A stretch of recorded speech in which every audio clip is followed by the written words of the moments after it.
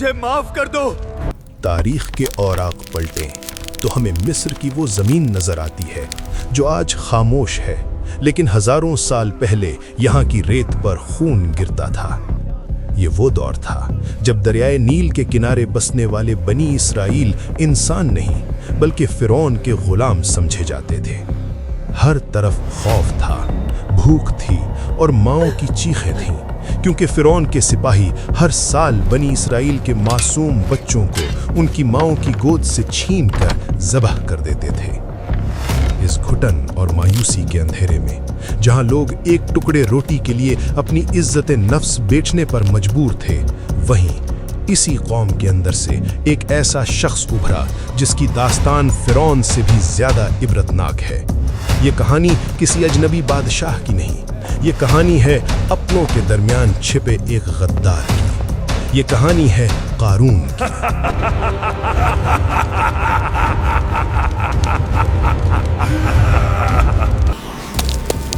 जरा इस तज़ाद को देखें। एक तरफ बनी इसराइल के लोग मिट्टी और गारे में लथपथ हैं और दूसरी तरफ ये शख्स रेशम और कमखाब में मलबूस है।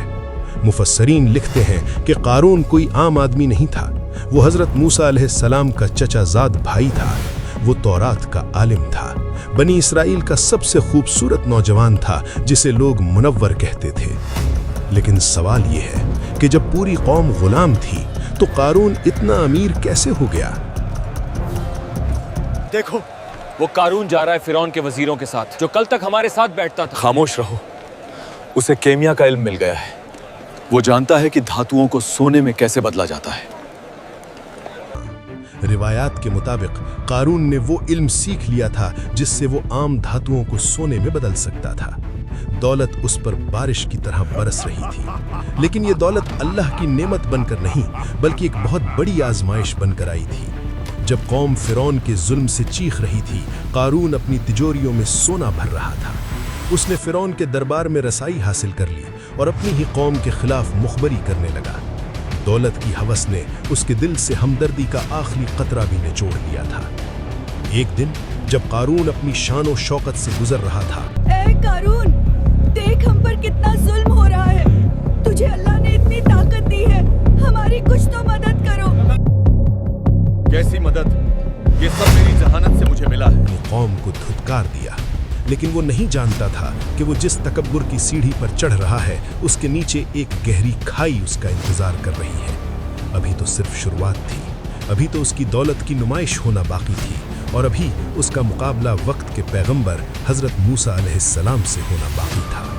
वक्त गुजरता गया और कारून की दौलत के अंबार आसमान को छूने लगे। फिर वो दिन आया जब कारून ने अपनी दौलत की ऐसी नुमाइश की जिसकी मिसाल तारीख में नहीं मिलती। कुरान कहता है, बस वो अपनी पूरी जीनत और ठाट बाट के साथ अपनी कौम के सामने निकला। ये कोई आम जुलूस नहीं था। मौर्रिखीन लिखते हैं कि कारून के खजाने इस कदर ज्यादा थे कि उनकी हिफाजत के लिए हजारों कमरे बने हुए थे। और सबसे हैरान कुन बात, इन खजानों की चाबियां थीं। ये चाबियां लोहे की नहीं बल्कि कीमती चमड़े की थीं और ये इतनी ज्यादा और भारी थीं कि एक ताकतवर पहलवानों की जमात भी उन्हें उठाते हुए थक जाती थी। जब कारून का ये काफिला मिस्र की गलियों से गुजरा तो हर आंख खुली की खुली रह गई। उसके घोड़ों की जीनें सोने की थीं, उसके खादिमों के लिबास भी ऐसे थे कि बादशाहों को शर्मा दें। फिजा में इत्र की खुशबू और सोने की कनक थी। इस चकाचौंध को देखकर बनी इसराइल के कमजोर ईमान वाले लोग अपने जज्बात पर काबू न रख सके। उनके दिलों में दुनिया की मोहब्बत जाग उठी। या अल्लाह, ये कैसी जिंदगी है? काश हमें भी इतना माल देता। उस रब का शुक्र अदा करो। ये ऐशो इशरात, ये माल सब दुनिया में रह जाएगा। अभी कारून इस नुमाइश के नशे में चूर था कि अल्लाह की तरफ से आजमाइश आ गई। हजरत मूसा अलैहिस्सलाम पर ज़कात का हुक्म नाजिल हुआ। हुक्म ये था कि हर अमीर शख्स अपने माल का एक मखसूस हिस्सा गरीबों और मिस्कीनों के लिए निकाले। जब यह हुक्म कारून तक पहुंचा तो वो सन्नाटे में आ गया। वो हिसाब किताब का माहिर था। वो फौरन अपने खजानों के कमरे में गया और हिसाब लगाने लगा। 1000वां हिस्सा? अगर मैं अपने हर 1000 दीनार में से 1 दीनार भी मूसा अलैहिस्सलाम को दूं तो मेरे लाखों दीनार तो यूं ही चले जाएंगे। नहीं, हरगिज नहीं, मैंने ये माल अपनी अक्ल से कमाया है, मैं इसे मुफ्त में क्यों बांट दूं? दौलत की हवस ने सांप बनकर उसके दिल को डस लिया था। उसे ये गवारा नहीं था कि उसके खजाने से एक सिक्का भी कम हो, लेकिन वो ये भी जानता था कि मूसा अलैहिस्सलाम की बात टालना आसान नहीं, चूंकि कौम उन पर ईमान रखती है। लिहाजा ज़कात से बचने के लिए कारून के शैतानी दिमाग ने एक ऐसा रास्ता चुना जो उसे सीधा जहन्नुम के दरवाजे तक ले गया। उसने सोचा कि अगर मैं मूसा अलैहिस्सलाम की इज्जत को मिट्टी में मिला दूं तो लोग उनकी बात सुनना छोड़ देंगे और फिर मुझे कोई ज़कात नहीं देगा। कारून ने अपने वफादारों को बुलाया और एक इंतहाई घटिया साजिश तैयार की। उसने शहर की एक बदनाम औरत को बुलाया और उसके सामने सोने के थैले रख दिए। ये सारा सोना तेरा हो सकता है, बस तुझे कल सुबह भरे मजमे में वो कहना है जो मैं तुझे सिखाऊंगा। तुझे मूसा अलैहिस्सलाम पर ऐसा इल्ज़ाम लगाना है कि बनी इसराइल उनके चेहरे की तरफ देखना भी पसंद न करें। साजिश तैयार हो चुकी थी। एक तरफ अल्लाह का नबी था जो लोगों को पाकीज़गी सिखा रहा था, और दूसरी तरफ कारून अपनी दौलत के बलबूते पर नबूवत पर हमला करने वाला था। कल की सुबह बनी इसराइल की तारीख की सबसे खौफनाक सुबह होने वाली थी। वो सुबह बनी इसराइल की तारीख की सबसे भारी सुबह थी। मजमा लगा हुआ था। हजरत मूसा अलैहिस्सलाम लोगों को नेकी, सिलाए रहमी और गुनाहों से बचने की तलकीन कर रहे थे। अचानक कारून अपनी जगह से खड़ा हुआ। उसके चेहरे पर एक जहरीली मुस्कुराहट थी। उसने मूसा अलैहिस्सलाम की बात काट दी, जो कि एक नबी की शान में बहुत बड़ी गुस्ताखी है। कारून बोला, मूसा, तुम हमें गुनाह से रोकते हो, लेकिन मैंने सुना है कि तुम खुद गुनाह में मुल्लाविस हो। फलां औरत यहाँ मौजूद है, लोग खुद उससे पूछ लें। पूरा मजमा कांप उठा। एक जलीलुल कद्र पैगंबर पर इतना घटिया इल्जाम, आसमान भी शायद इस जसारत पर लरज़ गया होगा। हजरत मूसा अलैहिस्सलाम का चेहरा मुबारक सुर्ख हो गया। आपने उस औरत की तरफ देखा जो खौफ से कांप रही थी।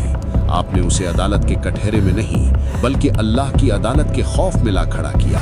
कारून का दिया हुआ सोना उसे अपनी आंखों में अंगारों की तरह लगने लगा। वो सच छुपा न सकी। वो कदमों में गिर पड़ी और चीख उठी, अल्लाह के नबी, आप पाक हैं। ये सब कारून ने मुझे कहा था। अपनी ही कौम के हाथों इतनी बड़ी अजियत पाकर मूसा अलैहिस्सलाम का दिल टूट गया। उनकी आंखों में आंसू आ गए। आपने वहीं सजदा किया और अपने रब को पुकारा, या अल्लाह, मैं तेरा रसूल हूँ। तू देख रहा है कि इन्होंने मुझे कितनी तकलीफ दी है। आज तू ही मेरा बदला ले। अल्लाह का हुक्म फौरन आ गया, ऐ मूसा, सर उठाओ, हमने जमीन को तुम्हारे हुक्म के ताबे कर दिया है। आज तुम जो चाहो जमीन को हुक्म दो, वो मानेगी। कारून घबरा कर अपने महल की तरफ भागा और अपने खजानों के दरमियान जा छुपा। उसे लगा कि उसकी दौलत और उसके नौकर उसे बचा लेंगे, लेकिन मूसा अलैहिस्सलाम महल के दरवाजे पर पहुंच चुके थे। आपने जमीन की तरफ इशारा किया और एक ऐसा जुमला कहा जिसने कायनात को हिला दिया, या अर्ज़ो खुज़ी हुम, ऐ जमीन, इसे पकड़ ले। जमीन ने नबी का हुक्म सुना और कांप उठी। अचानक कारून के महल का फर्श फट गया। वो तख्त जिस पर बैठकर वो अकड़ता था डोलने लगा। कारून के पांव जमीन में धंस गए। वो चीखा, मेरे मुहाफिजों, बचाओ मुझे। लेकिन मुहाफिज खुद गिर रहे थे। मूसा अलैहिस्सलाम ने दोबारा कहा, ऐ जमीन, इसे पकड़ ले। जमीन ने उसे घुटनों तक निगल लिया। जब जमीन उसे कमर तक निकल गई तो उसने हजरत मूसा अलैहिस्सलाम की तरफ हाथ फैलाए।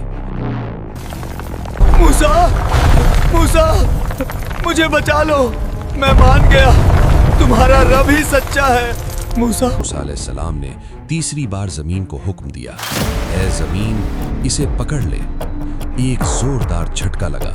कारून की चीखें जमीन के पेट में घुट कर रह गईं। देखते ही देखते जमीन ने अपना मुंह खोला और कारून को, उसके आलीशान महल को और उसके उन तमाम खजानों को जिन पर उसे नाज था, जिंदा निकल लिया। चंद ही लम्हों में वहां कुछ नहीं बचा था। जमीन वापस बराबर हो गई। न कोई महल, न कोई सोना, न कोई बादशाह, बस उड़ती हुई धूल और खौफनाक सन्नाटा। अगली सुबह जब सूरज तुलू हुआ तो बनी इसराइल के लोग वहां जमा हुए। ये वही जगह थी जहां कल एक आलीशान महल खड़ा था, लेकिन आज वहां चटील मैदान था। वो लोग जो कल कारून की शान व शौकत देखकर कह रहे थे, काश हमारे पास भी ये दौलत होती, आज वो अपने कानों को हाथ लगा रहे थे। कारून मिट्टी में मिल गया। लेकिन उसकी कहानी क़यामत तक के लिए जिंदा रही। रिवायात में आता है कि अल्लाह के हुक्म से कारून क़यामत तक ज़मीन में धंसता ही चला जाएगा। ये दास्तान हमें सिखाती है कि दौलत इंसान का मर्तबा नहीं बढ़ाती। अगर दौलत आजिज़ी सिखाए तो रहमत है, और अगर तकब्बुर लाए तो ज़हमत। कारून के ख़जाने आज भी ज़मीन के सीने में कहीं दफन है, लेकिन उनका कोई वारिस नहीं। इसके बरक्स मूसा अलैहिस्सलाम के पास कोई ख़जाना न था, लेकिन आज दुनिया के करोड़ों दिलों में उनकी मोहब्बत जिंदा है। फैसला आपको करना है। आप कारून जैसी फ़ानी दौलत चाहते हैं या मूसा अलैहिस्सलाम जैसी लाजवाल इज्जत? अगर आपको ये वीडियो पसंद आई और आपने इससे कुछ सीखा तो वीडियो को लाइक ज़रूर करें और कमेंट में अल्लाहु अकबर लिखें।